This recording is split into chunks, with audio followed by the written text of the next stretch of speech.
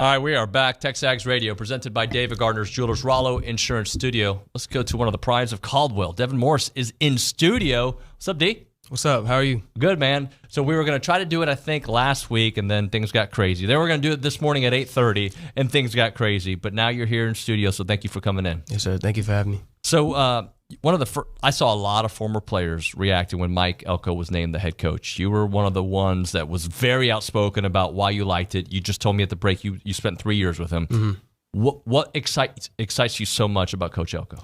Just nothing but good things to say about Elko. I mean, he's just an incredibly smart, intelligent coach on and off the field.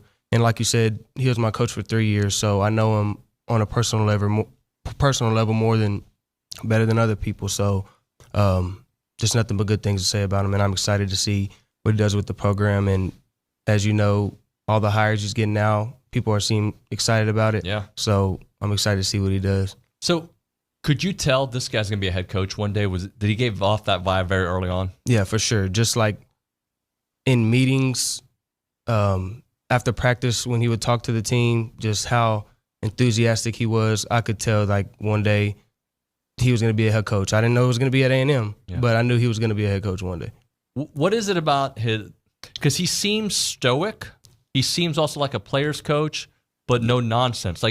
Help me understand that part of him. Yeah, yes, I would consider him a player's coach, but like you said, no nonsense. He's straightforward with you, doesn't take any BS.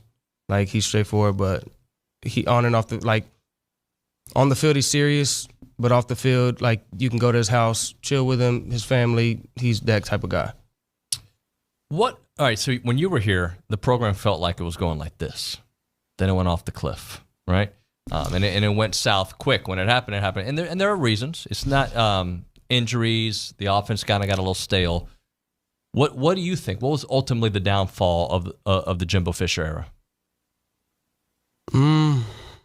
I can't really say. You know, I mean, being in the locker room, a big deal is the new NIL and transfer portal and all that. I hate it. I don't like where it's going. It's destroying college football. Like, for example, 85% of the people who enter, I say 85%. Yes, enter the portal, leave based on probably NIL, where they can go get more money, or they're not happy with their playing time or whatever, which I don't get. Like, nowadays, kids want things handed to them, and I don't think that's not how it's supposed to be. You have to earn your time in college football, whatever it is. You have to earn playing time. You have to earn being under those bright lights on Saturday. Nothing's going to get handed to you. So I think that's a big deal, is the NIL and transfer portal, and that's really going downhill in my opinion. Yeah, one thing that I think most people say out loud that would fix a little bit of it is, all right, you want to go in the portal? You got to sit out a year. Go back to the way it used to be. Yeah. I don't like that you can go in the portal and then be like, all right, who's going to pay me the most? Oh, I didn't play as a freshman. Too bad. I'm out. I don't like that. Would you like to see that rule back? You got to sit out if you're going to go in, or unless you've been at a program for a couple years. Yes, I don't like how kids can just jump ship whenever. Like you said, they have to at least sit out. I don't know whose rule that is to make, but something needs to be done about that. You had your trials and tribulations while you were a college athlete. Take me through a little bit of that and how you were able to maneuver through it personally. What people don't understand is my whole entire career at A&M, I don't remember one game where I was healthy physically. Mm-hmm. There was always something I had to go through, whether it was hamstring injury, hip flexor, groin, concussions, you name it. I always had to play through something. But you can tell from the outside looking in because I was still making plays. But there were also a few games where I could have performed even better than I did, and nobody knew this besides my trainers and my coaches. And once you tweak your hamstring or hip flexor or whatever, it doesn't go away in a few days. Mm-mm. It usually lasts weeks, depending on how bad it is. If you're still playing, it doesn't go away. Yes. So dealing with that week after week after week mentally took a toll on me. But yeah, man, a lot of people don't even know. My body's been through a lot. throughout my career, and I had to overcome so much adversity and overcome so many barriers to continue playing at the highest level, and I believe I did that. What did it do to your mental health, like knowing, man, physically I can't perform the way I know I can perform? Yeah. So as you know, I've dealt with my bouts of depression throughout my career. So when you get an injury, when you're starting on the depth chart, when you get an injury, you have to go all the way back down. And you have to go to rehab and mentally prepare yourself to get back.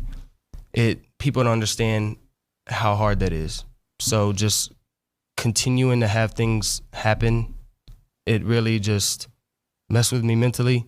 And that's a huge part of why that I went through things I went through. But you're in a good place. I mean, you're coaching. You look happy. Mm-hmm. You're very involved still with A&M games. I see that you're out there. So you're in a really good spot now. Yes, sir, for sure. Let's put the sports analyst hat on for a minute. Can we talk about a couple different things? Yeah. Playoffs. Did they get it right? I think they did get it right. Okay. I feel bad for Florida State, obviously, but I think, like they said, injuries played a part. And I don't, as much as I didn't want Texas to be in there, I don't see how they can go from what were they ranked before? 7, 8? 7, I think they were 7, yeah. How did they go? They were 6, right? Because you had, regardless, in that range. How did they go from 6 to 3, and Georgia goes from 1 to 6? Ridiculous. Yeah, I don't get that part. But losing late hurts more than losing early. That's the bottom line. Yeah, but I agree. Bama beat the number 1 team, so I knew they were in for sure. But how's Georgia not in? To me is like, or Florida, like, it just shows the whole system is flawed, and they've been able to get away with it on certain years, but on the final year, of course. Yeah. And then, of course, Texas may win it all, by the way, because I think they've got an easy, and I don't want to say easy, Washington wins every game that they've been in, but I feel like their path to a championship might be easier than, say, Michigan, the number 1 team, who's got to take on Alabama, who's not the same Alabama team. And then Texas A&M next year will host that Texas team that you didn't get to play in that rivalry, but I know you're very aware of. Yeah, everybody has that game circled on their calendar. I mean, do you know how much security is going to have to be at that game? It's going to be crazy. How many fights there are going to be between fans? Like, it's going to be crazy. I mean, it's going to be the biggest game for sure ever that they two played. But I don't know if I'm going to be there or I'm just going to watch it on my couch. But I'm for sure going to tune in. Yeah. All right, so last thing. Overall, you feel like the program is back to maybe where it was in 2019 to 2020 on the way back up? Yeah. I'm excited to see who he brings in as DC. I heard a lot, some good things about the OC he just brought in. I don't know too much about him, but I've heard nothing but good things. Here's one for you. He finished second, I think it was second, to Johnny in the Heisman in 2012. I heard that too. Yeah. But I'm excited to see who he brings in at DC, and just to bring that culture back to A&M what it was when he was here. There was a good culture here in 2020. Mm-hmm. So just to bring that wrecking crew defense mindset back and to have everybody on board, and I'm just excited for it. And I know he knows what he's doing, and he'll get the job done for sure. Devin, thank you, sir. Yes, sir. Thank you. Appreciate you. Right now, a moment for the Association of Former Students. If your organization